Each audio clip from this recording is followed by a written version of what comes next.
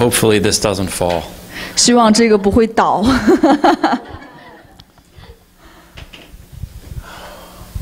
你好。Yeah. Again, that's it. That's all I know. 这就是我唯一会的一句中国话。She tried to teach me one more, but I forgot already. 她那个试图要再教我一句，我已经忘了。So, I'm grateful to be here. 很感恩我可以在这里。And I do have some things in common with some of you. 我确实和你们有一些人有一些共同之处。There's somebody with a Yankees shirt. 我看到有人穿了那个 Yankee 的那个 T 恤。Yes. Go Yankees. 他是那个 Yankee 的支持者。Okay.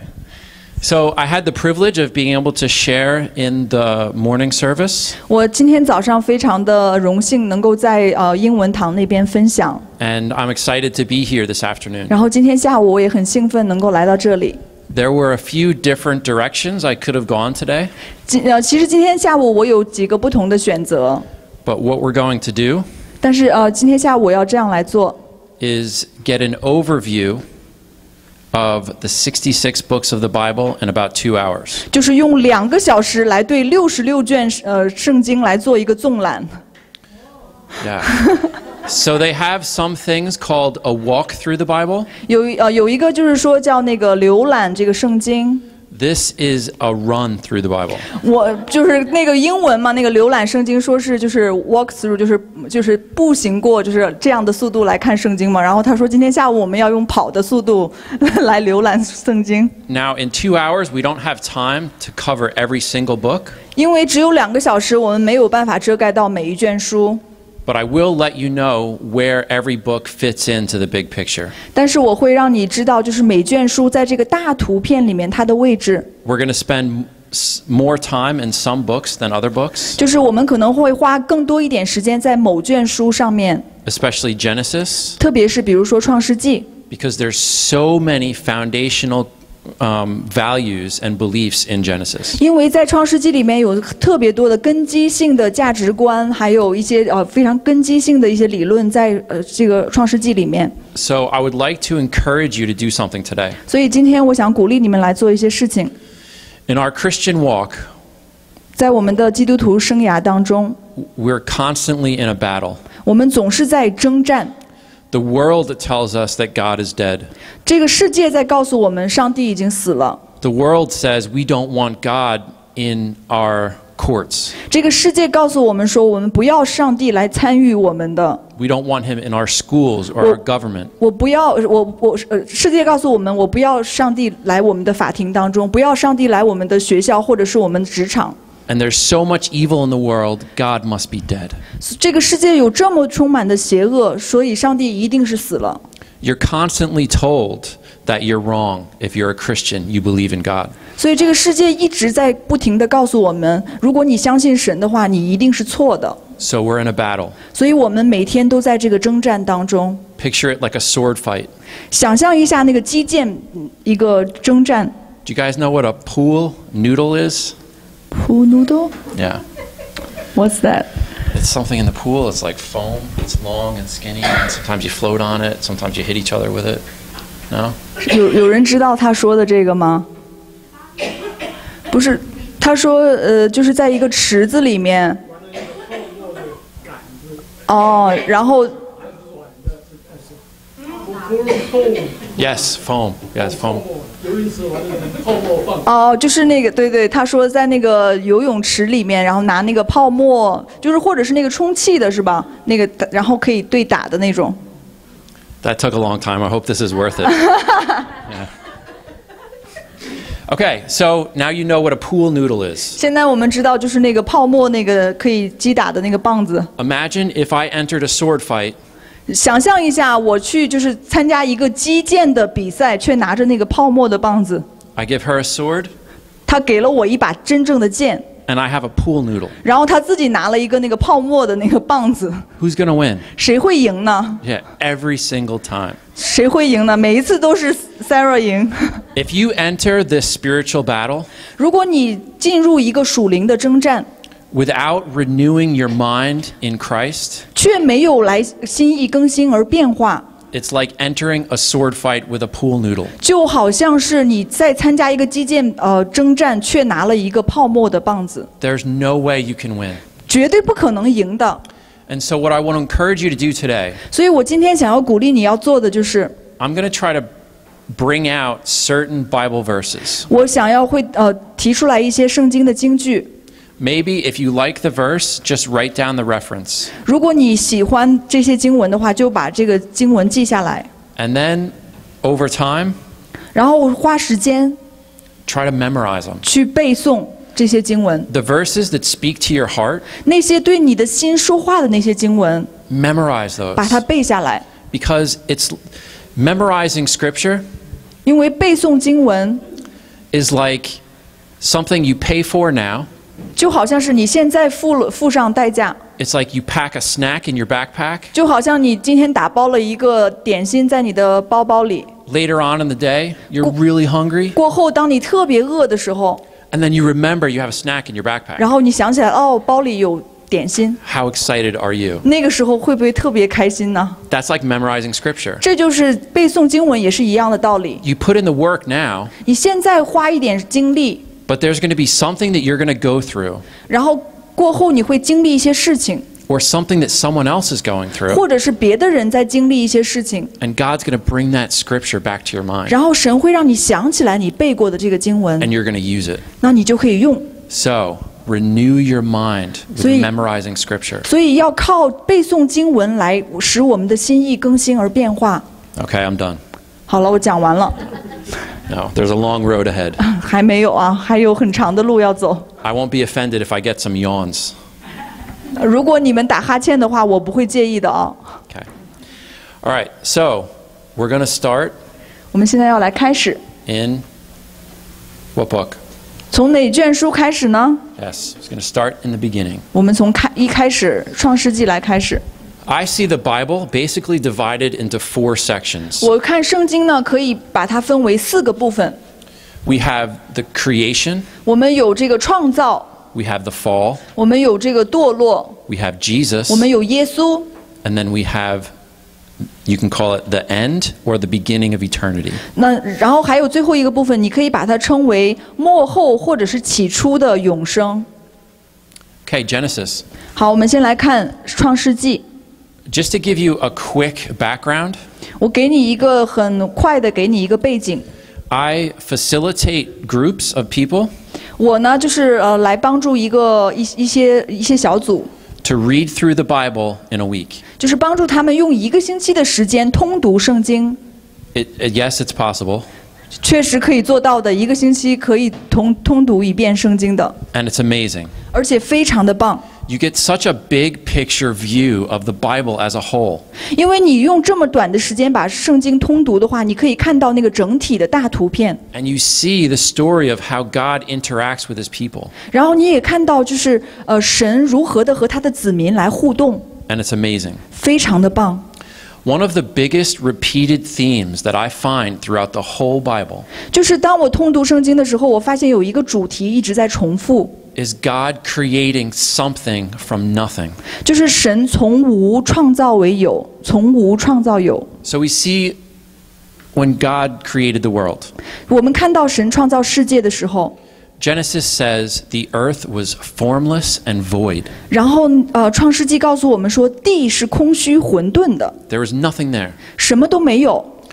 God spoke everything into creation. 但是神说，就用他的话语创造了一切。 He wasn't like, all right, give me a week, let me do this with the land and the sea. And 神并没有说啊，给我1个星期的时间，让我来这样来对这个地、对这个海来做这些事情，没有这样。 he was like, land. 神说地， Boom, land. 然后地就出来了。 He created something from nothing. 神就是从无造有的神。 And in these next 2 hours, 在接下来的2个小时， we're going to look at all the different ways that God still creates something from nothing. 然后我们来看，就是在不同的角度来看，神还是一位继续的在从无造有的一个神。 So we see in Genesis, God creates this beautiful oasis. 那我们看到在 You're done. 在创世纪的里面，神创造了一个美丽的一个花园。He creates this beautiful garden for them to live in. 他创造了这个美丽的花园，让他们可以住在里面。Everything's perfect. 每一件事情都是完美的。And then he creates man and woman. 然后呢，他创造了男人和女人。He keeps it very simple. 他就是一切都非常的简单。He says, you can do anything. 他就对他们说，你想做什么都可以。Except don't eat from this tree. 但是只有一件事情，就是不要吃这棵树上的果子。And what do? 然后他们怎么做了 They eat from the tree. 他们吃了。And everything's different now. 从那个以后，一切都改变了。But what I find very interesting in this account. 但是在这件事情，我发现一个非常有趣的现象。Sin has now entered the world. 就因为他们吃了那个果子，罪就进入了世界。Before Adam and Eve were naked. 在之前呢，亚当夏娃都是赤裸、赤身露体的。And they didn't care. 他们也不在乎。Everything was natural. 因为那个时候一切都很自然。There was no lust. There was no sin. 因为那个时候没有罪，也没有淫乱这样的罪。They eat the apple. 他们吃了那个果子。Sin enters. 然后罪就进入了。And now they're naked and ashamed. 好，现在他们开始因为他们的赤身露体感受到羞耻感了。So they hide from God. 然后他们就躲藏起来，不要见神。So God says. 然后神说 Where are you? 你们在哪？你在哪里？ Do you think God can't see where they are? 你觉得神当时看不见他们在哪儿吗？ The God that spoke the entire world into creation? 就是那个用话语来创造世界的那个神，真的看不见他们当时在哪儿吗？ You think that he's playing hide and seek and he's like, 你觉得他们真的在玩捉迷藏游戏吗？真的神看不到他们吗？ I can't find Adam and Eve. Where are they? 我找不到亚当夏娃，他们在哪儿呢？ He's asking them a spiritual, deeper question. 其实神是在问他一个属灵的深层的问题。 He's saying, Where are you? 你在哪里？ Because you're not close to me. 因为你现在和我不亲近了。 Because they gave into temptation and now sin is in between them and God. 因为他们对这个诱惑做出了让步，现在罪就在他们和神之间了。 I think in my life, when I mess up, 我觉得就是在我生命当中，当我把我的人生搞砸了的时候， that's the question that God asks me. 那个时候神也在问我这个问题。 Andrew, where are you? 你在哪里？ And I'm like, oh, 我就sorry. 对不起。 Okay, so after this, Adam and Eve are banished from the garden. 从这个以后呢，亚当夏娃就被逐出了伊甸园。 And they still multiply and have kids that have kids that have kids. 他们呢继续的生养众多，有了很多的孩子。 And then it came to a part where humanity was so bad. 那终于有一天，就是到了一个地步，就是人类的罪就是太充盈了。 Where God was like, this was a mistake. 然后神就说：“哎呀，我造人，我后悔了。” Everybody lusts for evil. 每个人都在寻求罪恶。 I'm going to start fresh. 我要从头再来。 He finds one man. 然后他找到了一个人， One man 一个人 in the whole world. 在全世界就找到了一个人。 Granted, they had a lot less than we have now. 那个时候他肯定没有我们现在世界上这么多人。 But there was still only one that he found righteous. 但是呢，在那么多人当中，只找到了一个义人。 And he decided to start fresh with Noah. 他就决定从挪亚再一次来开始一个新的世界。 But we see that just like Adam and Eve, 但是我们看到，就像亚当夏娃一样， God conversed with Noah.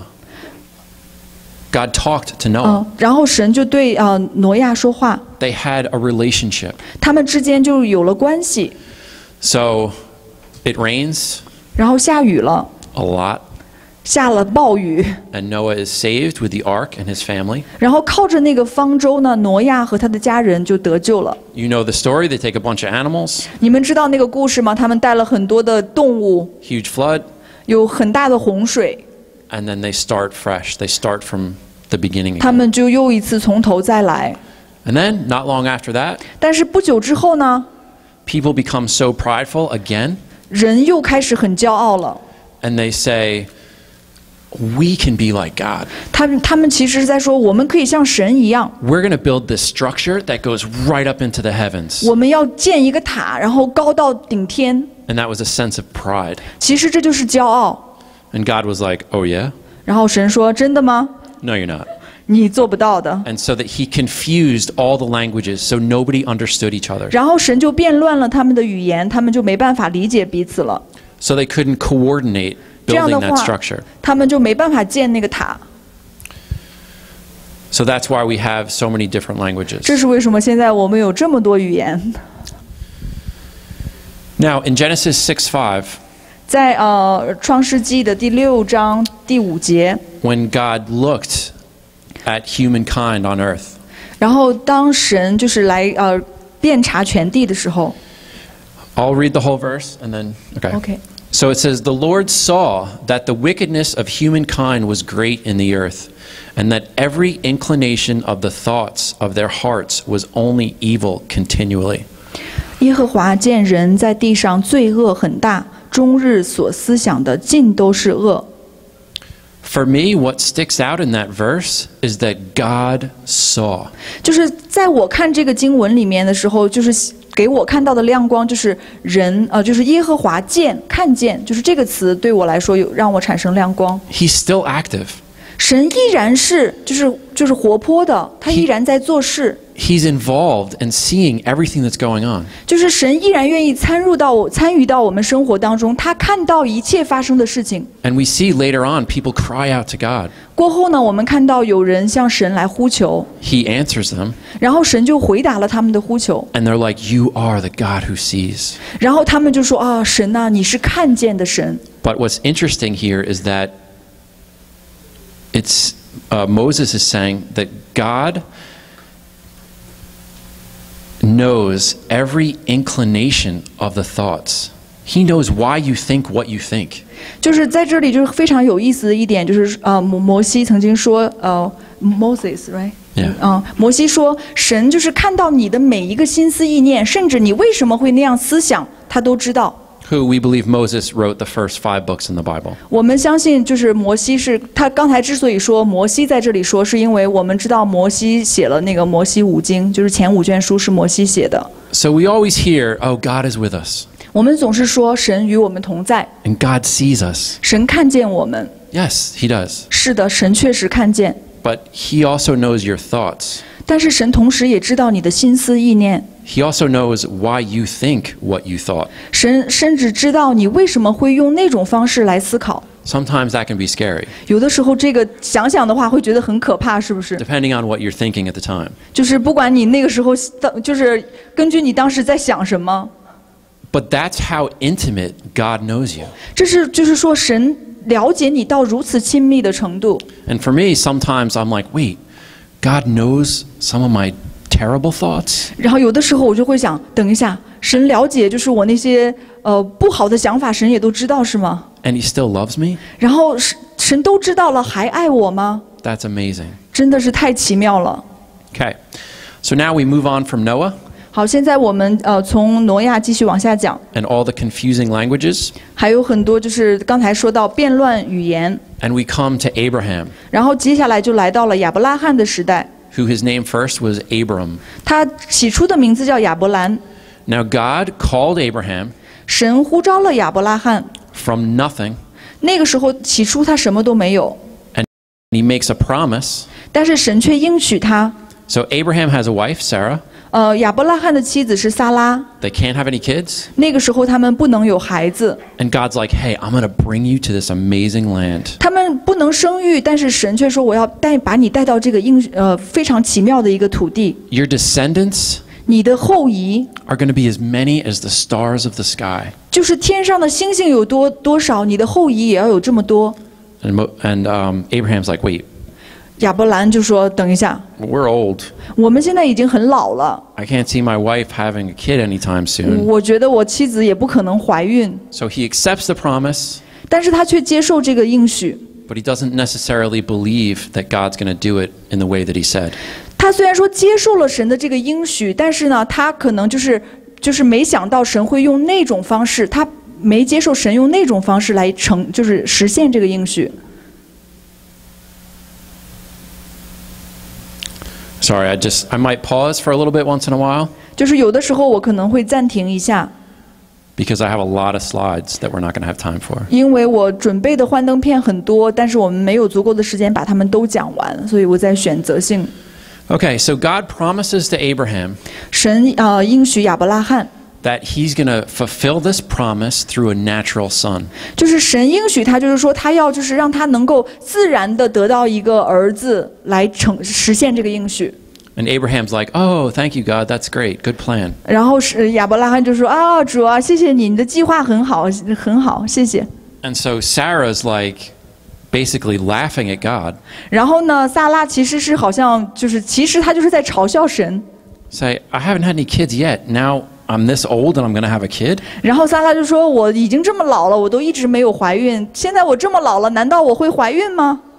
So Sarah has a maidservant or a helper called Hagar. 然后呢，撒拉有一个使女叫夏甲。And so Sarah says to Abraham, "Hey, take my maidservant." 然后那个撒拉就对亚伯拉罕说：“你把我的使女夏甲带去， And make a baby with her. 就是靠她来得一个孩子吧。” So Abraham's like, "Cool."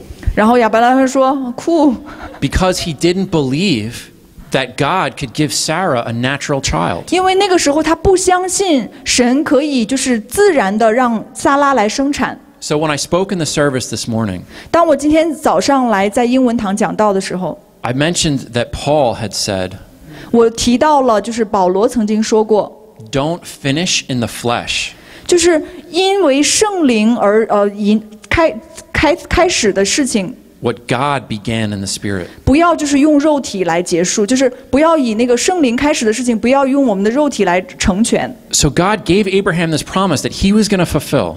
神给了亚伯拉罕这个应许，他就会来成全。And Abraham's like, "Oh, that's great. I'm on board. 亚伯拉罕说：“太好了，我准备好了。” But I'm going to do it a different way. 但是我要用另外一种方式来成就。I'm going to do it the way that I practically know how it's going to work in my head. 就是我要用一个我头脑里面可以理解的一个方式，我知道怎么做的方式来成就。So Abraham has a baby with Hagar. 所以呢，亚伯拉罕就因着夏甲得了一个孩子，一个儿子。His name's Ishmael. 他的名字是伊什玛利。And later on in the New Testament, 在之后的新约里面，我们看到。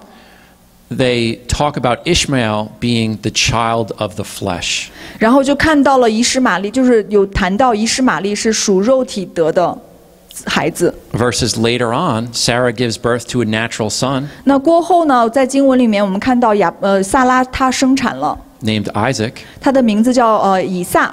And he is considered the child of the Spirit. 那以撒呢就被称为就是属灵的儿子， or the child of the promise. 或者是应许之子。Because despite Abraham's sin with Hagar, 因为就是其实亚伯拉罕和夏甲这个是在犯罪。God fulfilled the promise exactly how he said he was going to do it. 就是虽然他们做了这样的事情，但是神还是完成了他自己应许的那样的方式来完成了他的应许。God changes his name from Abram to Abraham. 那神在这里给亚伯兰改了名字为亚伯拉罕。Abram means father. 亚伯兰的意思是父亲。Abraham means father of many. 那亚伯拉罕的意思是万国之父。He gives him a covenant. 他给了他一个约。So it's basically a contract between God and his people. 其实就是在神和他的子民之间来签订的一个契约。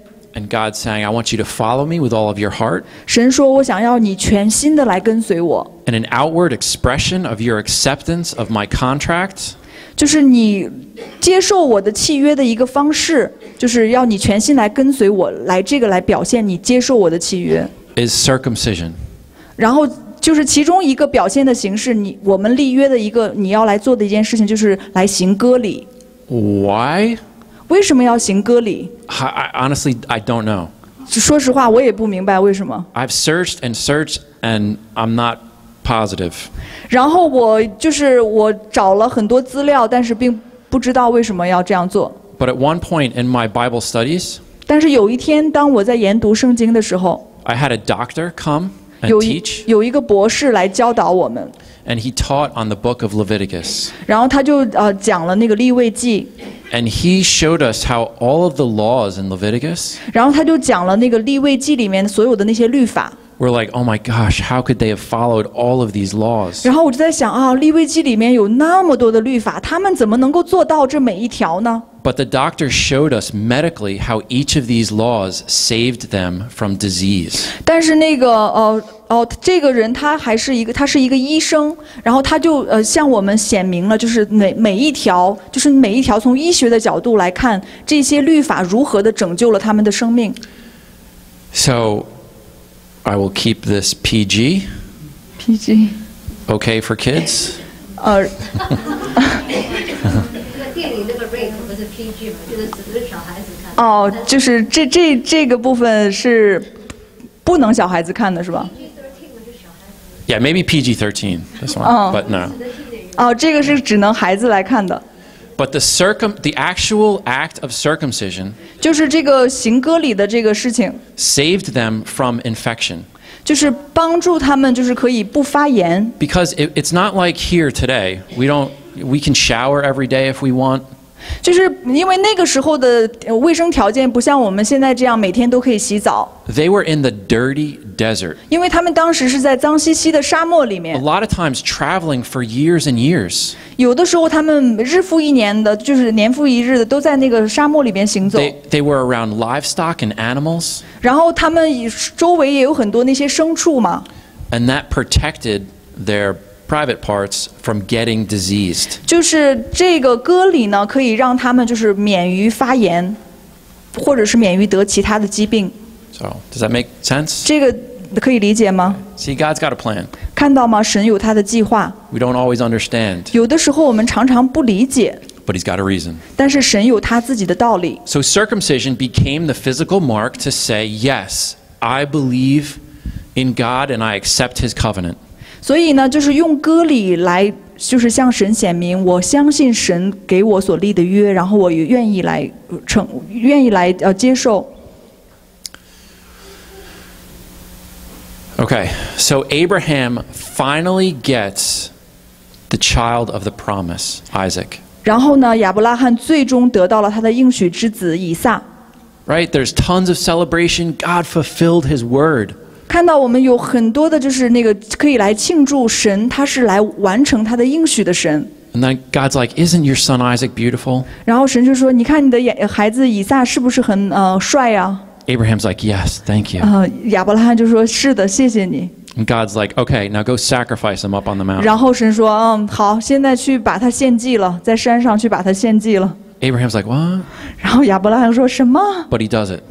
但是他还是不理解，还是去做。 He brings Isaac up to the mountain to sacrifice him 他去把以撒带到山上去献祭， with every intent of killing him to Ki- sacrifice him for God. 其实就是要来把他杀掉，来向神献祭。 Isaac's like, hey, Dad, where's the goat? 然后以撒说：“爸爸，那个羊在哪里？献祭的羔羊在哪里？” So it tells me Isaac knew he was young, probably 12, 那个时候以撒还小，可能12岁。 but I think he started to figure out what was going on. 但是我想以撒那会儿大概明白了到底是怎么回事。现在是 Now, for me, I tend to see humor in a lot of things. 我呢，我常常就是在很多事情上我都能发现那个幽默点。 Now, this is in no way a funny situation. 但是这件事情一点儿都不幽默。 How many think child sacrifice is funny? 你们谁觉得把孩子献祭是一个非常很好笑的事情？ Absolutely not. 肯定是不是的。 So it ends up that God provides a goat.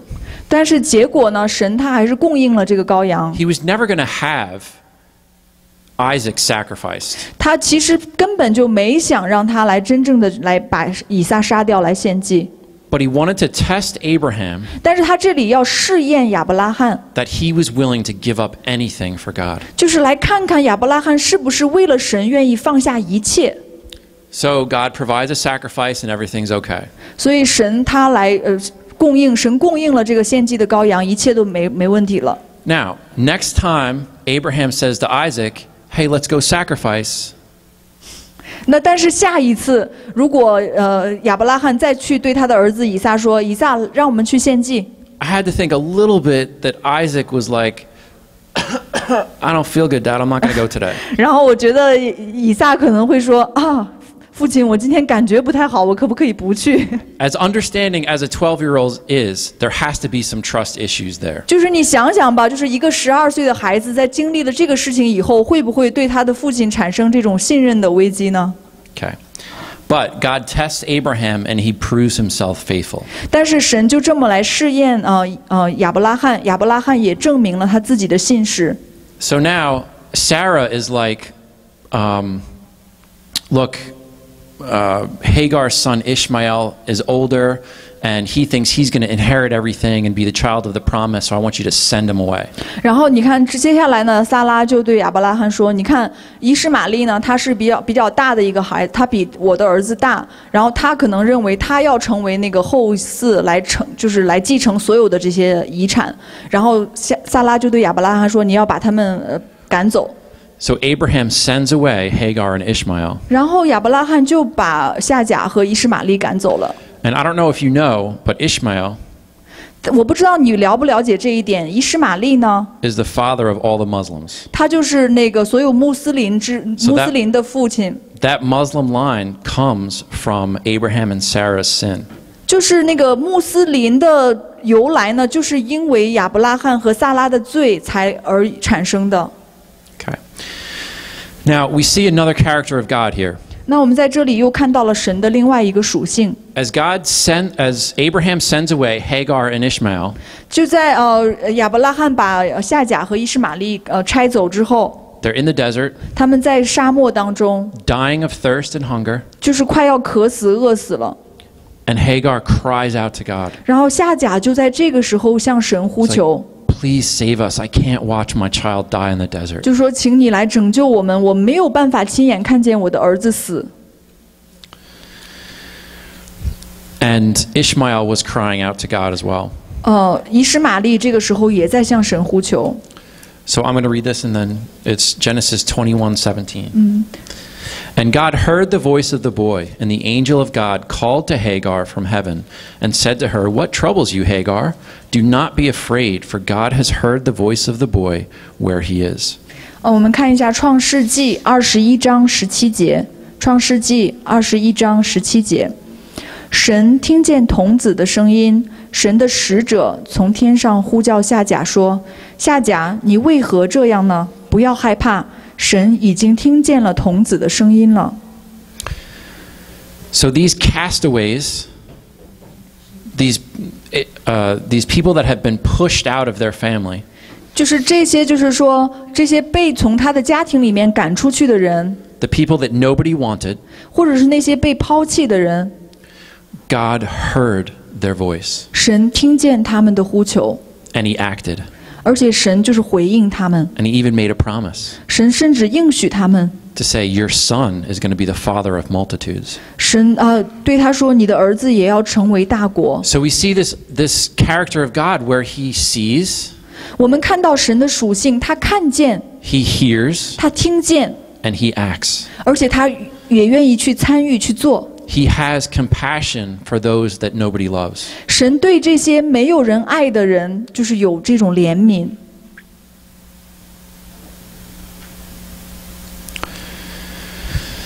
So when Abraham gets old, 所以当亚伯拉罕年纪越来越大的时候， God renews his covenant 神来更新了他与他的约定， of placing these people in this promised land. 就是把这些人把他的后裔带到应许之地。 He renews the covenant with Isaac. 他就是靠着以撒来更新他的约。 Abraham says to his servant, 亚伯拉罕对他的仆人说：“ Go find a wife for Isaac from my people. 去帮我的儿子以撒找到一个妻子，从我的那个子民，从我的这个人民当中来选。” And so he went and found Rebekah. 然后呢，他的仆人就去找到了利百加， Rebekah ends up having Jacob and Esau.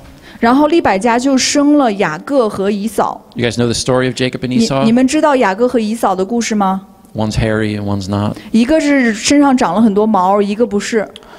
Okay, Jacob, 雅各 Isaac's son, 是以撒的儿子， is a deceiver. 他是一个欺骗者。almost everything he does in his life is deceitful.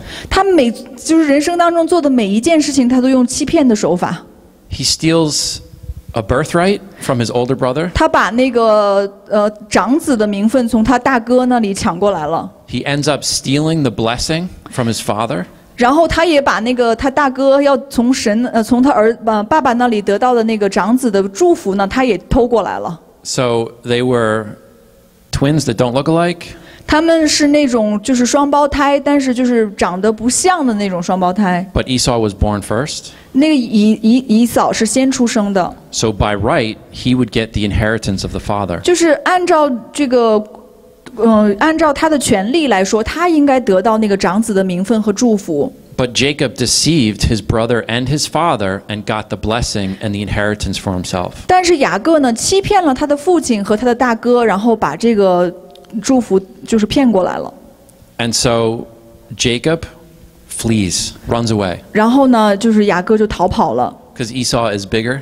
因为以扫比他的大块头。Esau's a hunter. 以扫是打猎的嘛。And Jacob is like a housewife. 然后雅各呢比较像是一个就是居家的丈夫这样的。There's nothing wrong with a housewife. 就是做居家丈夫也没有什么。But if you were a housewife, 但是如果你是一个居家丈夫 would you want to fight a hunter? 你愿意跟这个打猎的猎手来打架吗？ Probably not. 肯定不愿意是吧？ So Jacob runs away. 然后雅各就跑了。 He goes to his uncle's household. 他跑到了他舅舅那里。And meets someone called Laban. 然后在那里认识了一个叫拉班的人。Laban is his mother's brother. 拉班呢是他妈妈的哥哥。Laban himself is a deceiver. 拉班他自己也是一个欺骗者。 So Jacob gets a little taste of his own medicine. 然后呢，就是雅各呢在拉班那里就自食其果了。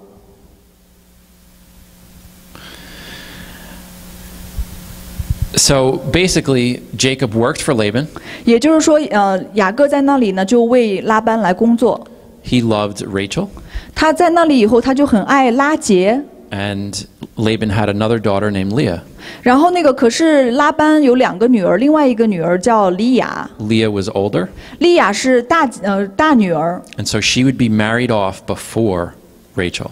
然后呢，就是他需要大女儿需要先出嫁，然后这个拉结才可以出嫁。But Jacob was like, I love Rachel, the younger one. 但是雅各却说，我喜欢这个小女儿拉结。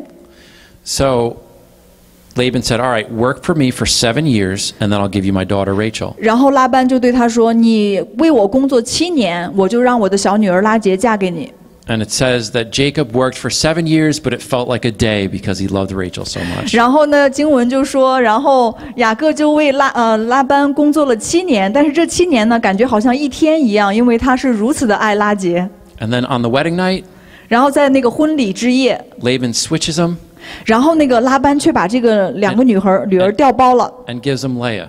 没有把拉结给他，却给了他利亚。 And then in the morning, 早上的时候， Jacob's like, who are you? 然后雅各就说：“你是谁？ You're not Rachel. 你不是拉结 Now how does that happen?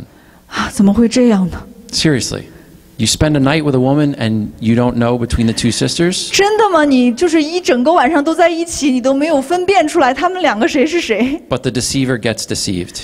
但是这个欺骗者被骗了， So he ends up working another 7 years 结果呢，他就又工作了7年， and gets Rachel. 才可以和拉结结婚。 So now he's married to Rachel and Leah. 然后他现在呢，既是就是和利亚和拉结都结婚了。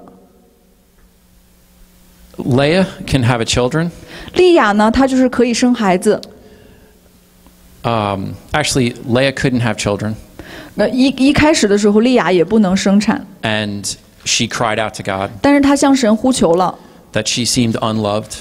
她觉得，因为就是她不是那么被爱，在这个家庭里。 God opened her womb and she had a 然 child. 后神就让她怀孕了。 And then Rachel couldn't have kids. 但是呢，拉结没有办法生产。 So she's like, hey, this runs in my family. My ancestors did this thing. 然后拉结就说，这个是在我的祖上也有这样的事情。 So Jacob, take my maidservant and have a baby. 就是我祖上也有人这样做过嘛，所以雅各，你把我的使女拿去吧，让她来给我们生个孩子。Right? Because it worked out so well before. 因为之前不是也是这样做的挺好的吗 So now you have what I call a soap opera, ？Soap opera， like bad daytime 肥 TV, 皂剧，肥皂剧。where 现在就是好像一个肥皂剧一样。where Rachel and Leah are basically having battles 就是利亚和那个拉结在争宠， and trading stuff. 然后他们就是用一些用一些技巧在争宠。So their husband can have babies with their different maidservants and them. 然后呢，她就是让她的丈夫跟他们的使女们同房，然后来生孩子。So Jacob ends up having 12 boys and 1 girl. 所以呢，就是因为这样，所以雅各有了12个儿子和1个女儿， with a bunch of different women. 和很多妻子一块儿生的这么多孩子。But each one of these children of Jacob 但是雅各的每一个孩子， is later on labeled as a tribe. 就是之后都成为了一个支派。 So soon the family gets very big. 所以很快这个家庭变得非常的大。 Obviously with 12 kids having kids and having kids and having kids. 就是想一下，就是12个孩子，又有他们的孩子，又有他们的孙子，就是越来越多， It multiplies. 就是遍满全地。 Now, we always hear about the tribe of Judah, right? Or the tribe of Levi or Benjamin. 我们常常会听到就是犹大支派呀、利未支派啊这些。 These all started with Jacob's children. 这些支派都是从雅各的12个孩子开始的，这个12个支派。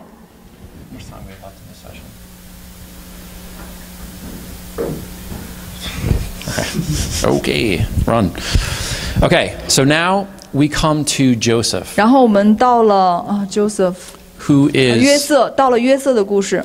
a child of Rachel. 他是拉结的孩子， And it seems like the natural children of Rachel, 就是看上去就是说拉结的他自己生的儿子， Jacob loved the most. 就是拉结自己生的，然后是那个雅各的最爱。 You have Joseph and Benjamin. 我们有这个约瑟和本杰明，他们便雅悯他们2个。 So I won't get into all the details of Joseph's life, 所以我现在就不具体的讲约瑟的一生了。 but he is my favorite character in the Bible. 但是约瑟呢，是我在圣经里面最喜欢的一个人物。 He has these dreams 他有他的梦想， where his brothers 他做 bow 了 down to him, 他做了这个梦，他的兄弟们向他跪拜。 and maybe he was a little immature. 可能那个时候他不够成熟， He ran and told his brothers the dream. 做了这个梦就跑过去告诉他哥哥们关于他的这个梦。 Of course, that was not a good idea. 这个当然不是一个好主意。 He ends up being sold into slavery 结果呢，他就被卖去做奴隶， and has a very hard life. 然后过了非常艰难的一生。 But he's faithful to God, 但是他却对神一直很信实， and at every step, God brings prosperity. 就是神带，就是他走到哪里，神都赐福他。 So he becomes a slave in a high official's household. 他就在一个官员，就是埃及的一个官员里面家里来做仆人。 Everything he puts his hand on flourishes 就是他不管他手做什么，神都赐福， because God's with him. 因为神与他同在。 And then this high official's wife 然后这个官员的妻子 accuses Jacob of trying to rape her. 就是来诬陷 Joseph, 这个 sorry. 诬陷约瑟，说约瑟就是对他就是奸污他， Which he's innocent of, 但是其实他是无辜的，他是清白的， but he's jailed for it.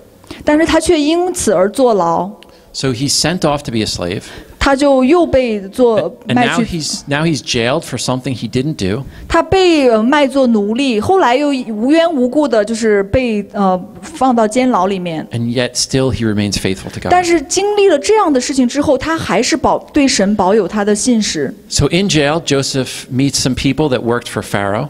那他在这个监狱里面遇到了2个人是服侍法老的， He interprets their dreams, 然后他就为他们解了梦， and their dreams come true. 然后他们的梦就成真了。 And Joseph knows that these guys are going to go back in front of Pharaoh. 然后约瑟知道这个人他们会回去重新的服侍法老， So he says, 他就对他们说， when you go before Pharaoh, 如果你再回到法老那儿的时候， mention my name. 要跟他提一下我的名字。get me out of here. 把我从这个牢狱里面救出去。 As much as he was faithful to God, 就是他对神一直很信实吗？ he didn't enjoy prison. 尽管他对神很信实，他还是不享受在这个大牢里面的日子。 But it says 2 years passed and they forgot about Joseph. 我们就是，然后经文里面提到2年过去了，这些人却把他给忘了，把约瑟给忘了。 Now, what if right then God had granted Joseph's wish?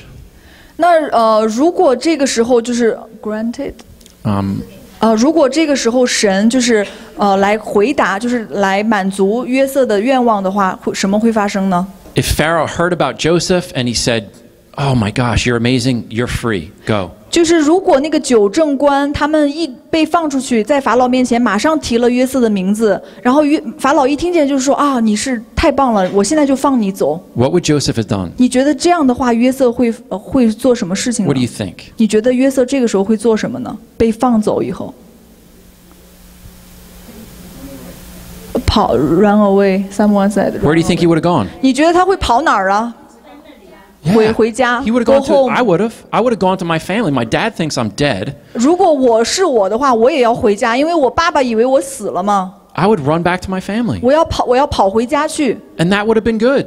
那样也很好嘛。 I would have been. They have plenty of livestock.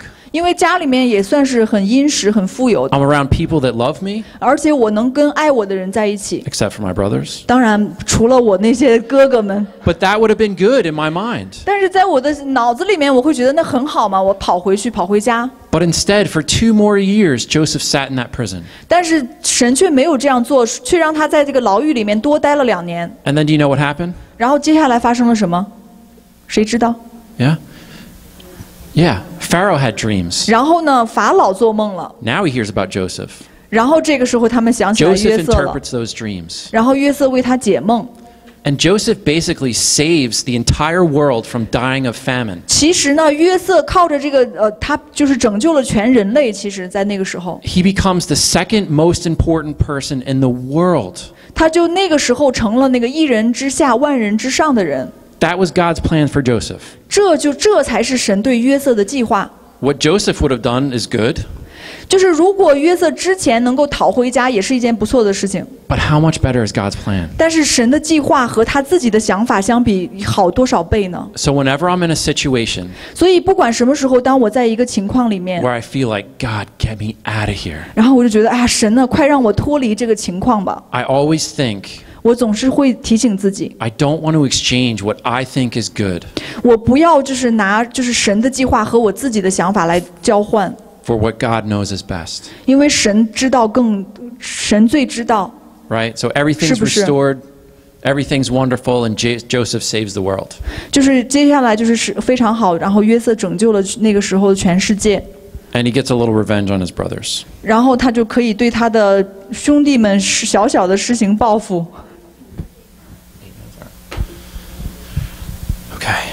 The rest of the Old Testament in 8 minutes. 接下来8分钟，我要把整个的旧约讲完。 I'm just kidding. 开玩笑。 Obviously, we're going to spend a lot more time in the Old Testament 我想今天我可能会花更多的时间来讲旧约， because it enlightens and adds depth to the New Testament. 因为就是当我们就是更了解旧约的时候，可以当我们读新约的时候，会帮助我们得到更多的亮光。 So again with Joseph, 好，接着讲约瑟。 God took him from nothing. 约瑟也是，他什么都没有。 And would you say he made him something? 是不是神把他变成了一个人物？ Yes. Okay. Now just quickly, the book of Job, has anybody read it? 有没有人读过约伯记？ It can be a little depressing. 这个约伯记会让我们感到有点郁闷，是不是？ But so Job, they think, takes place probably around the time of Abraham. 然后有人认为，就是约伯是亚伯拉罕那个时代的人。 Job basically has everything he loves ripped away from him. 就是约伯呢，就是他拥有的一切都失去了。 And Job's response? 然后约伯的反应是怎么样呢？ Naked I came into this world, 他说：“我那个赤身露体而来， and naked I shall return. 我也应该赤身露体而去。 That's his mentality. ”这就是约伯的态度。 His wife said to him, 他的妻子对他说 Just curse God and die. 你就应该就是咒诅神，然后自己也去死吧。Nice, right? Supportive. 他的妻子是不是非常的支持他呀？ So there's so many other things in Job that it's good to study the book. 就是约伯记里面有很多宝贵的东西可以值得我们去研读， But we don't have time 但 today. 是我今天没有时间。 Yeah. Okay. So all that was Genesis. 然后刚才讲的是创世纪， But there's so many foundations in Genesis that you need to know for the rest of the Bible. 但是创世纪里面有很多根基性的东西，你需要去学习，来帮助你来了解整本的圣经。 Promises and covenants 应许、契约， and things that we learn about God's character. 还有我们从那个里面而学到神的属性。 Okay, so Joseph was the second in command of the entire world. 然后约瑟呢，那个时候他就是一人之下，万人之上的。 Now we pick up in Exodus. 然后我们现在看出埃及记， Hundreds of years have passed. 然后几百年过去了， And now the Egyptians have no idea who Joseph was. 然后因为几百年过去了嘛，那个时候的埃及人再也不知道约瑟是谁了， Joseph is forgotten. 约瑟已经被忘记了。 But the Hebrews now, the Jews, 然后这个时候那些犹太人、那些希伯来人， are used as slaves for the Egyptians. 因为他们把约瑟忘记了，就把这些希伯来人开始当奴隶来使唤了。 They're worried that the Jews are getting too numerous. 然后因为他们担心这个犹太人就是繁养的太快了， So they start killing all the Hebrew babies. 他们就开始杀这些希伯来的男孩。 Moses 摩西 is born a Hebrew, 他是一个希伯来人， and his mother 他的母亲， knows that the Egyptians are killing all the babies. 他的妈妈知道，就是说埃及人正在杀所有的希伯来的孩子们， Puts them in a basket, 他就把它放在了一个篮子里， sends them down the river, 然后从那个顺着河就是放走他了， and gets taken into Pharaoh's household. 然后结果呢却被法老的女儿给带去了。 So obviously when Moses figures out where he came from, 就是很明显，那个摩西是怎么知道自己的出生呢？ he has struggles 他肯定是会有挣扎的， because now he's part of a family 因为他现在就是被一个家人收养， that's persecuting his old family. 因为他的就是收养他的家人是迫害他亲生家人的人， So one day he comes upon an Egyptian 所以有一天他就是在埃及， who's beating a Hebrew slave, 他看到有埃及人在打这个希伯来的奴隶， and in Moses' anger he kills him. 然后他就激发了他的怒气，他就把这个埃及人给杀了， And then he's like, that wasn't good. 然后他就说啊，这个不太妙， I better run. 我最好逃， So he runs, goes to the desert, 然后他就逃到沙漠去了， finds Jethro, 然后就在那里找到了Jethro 耶退罗， who has all daughters. 然后耶退罗也有女儿， Moses marries one, 然后呢摩西就和他其中一个女儿结婚了， and now spends a lot of years in the desert, 然后他就花很多的时间在沙漠当中， basically working for his father-in-law, tending sheep. 然后就是其实是在帮他的岳父来看养那些羊群。 Moses is one day tending the sheep, 然后有一天呢，摩西又在放羊， and then he comes across this burning bush, 然后他看到了那个燃烧着的荆棘， a bush that is set on fire but never dies, never. 就是那个荆棘是着火的样子，但是却没有被烧坏。 And then God speaks out of the bush. 然后呢，神透过这个火，然后来对他讲话。 And God basically says to Moses, 神其实对摩西说 I've heard the cries of my people.：“ 我听到了我的子民的呼求。” So again, God hearing 这一次再一次提到神的属性，神是听见的神， and acting. 而且神听见之后他会去做。 He says, I want you to go to my people and tell Pharaoh to let them go. 神对摩西说：“我想你去到我的子民那里，对法老说，让他放我的子民走。” So Moses is like, no thanks. 然后摩西说：“啊，算了吧，不用了吧。 He's like, I'm not a good speaker. ”他说：“我又不太擅长说话， I'm not the one for the job. 你这个工作我做不了。” Where in reality, Moses was probably fearing for his life. 但是其实可能现实情况可能摩西他在害怕，为他自己的人生在害怕， Because he murdered an Egyptian. 因为他杀了一个埃及人嘛。And that was a death sentence. 这个就够了， So 就是会让他判死刑。 God's like, Moses, you're going to go. 然后神对摩西说：“摩西，你得去。 But I'm going to send your brother Aaron to go with you, and he'll talk for you. 我会差派你的哥哥亚伦和你一起去，他会做你的代言人。” And we will pause there. 我们现在要暂停一下， Okay, it's just getting good, right? 是越来越精彩了，是吧？ Okay, all right. Good.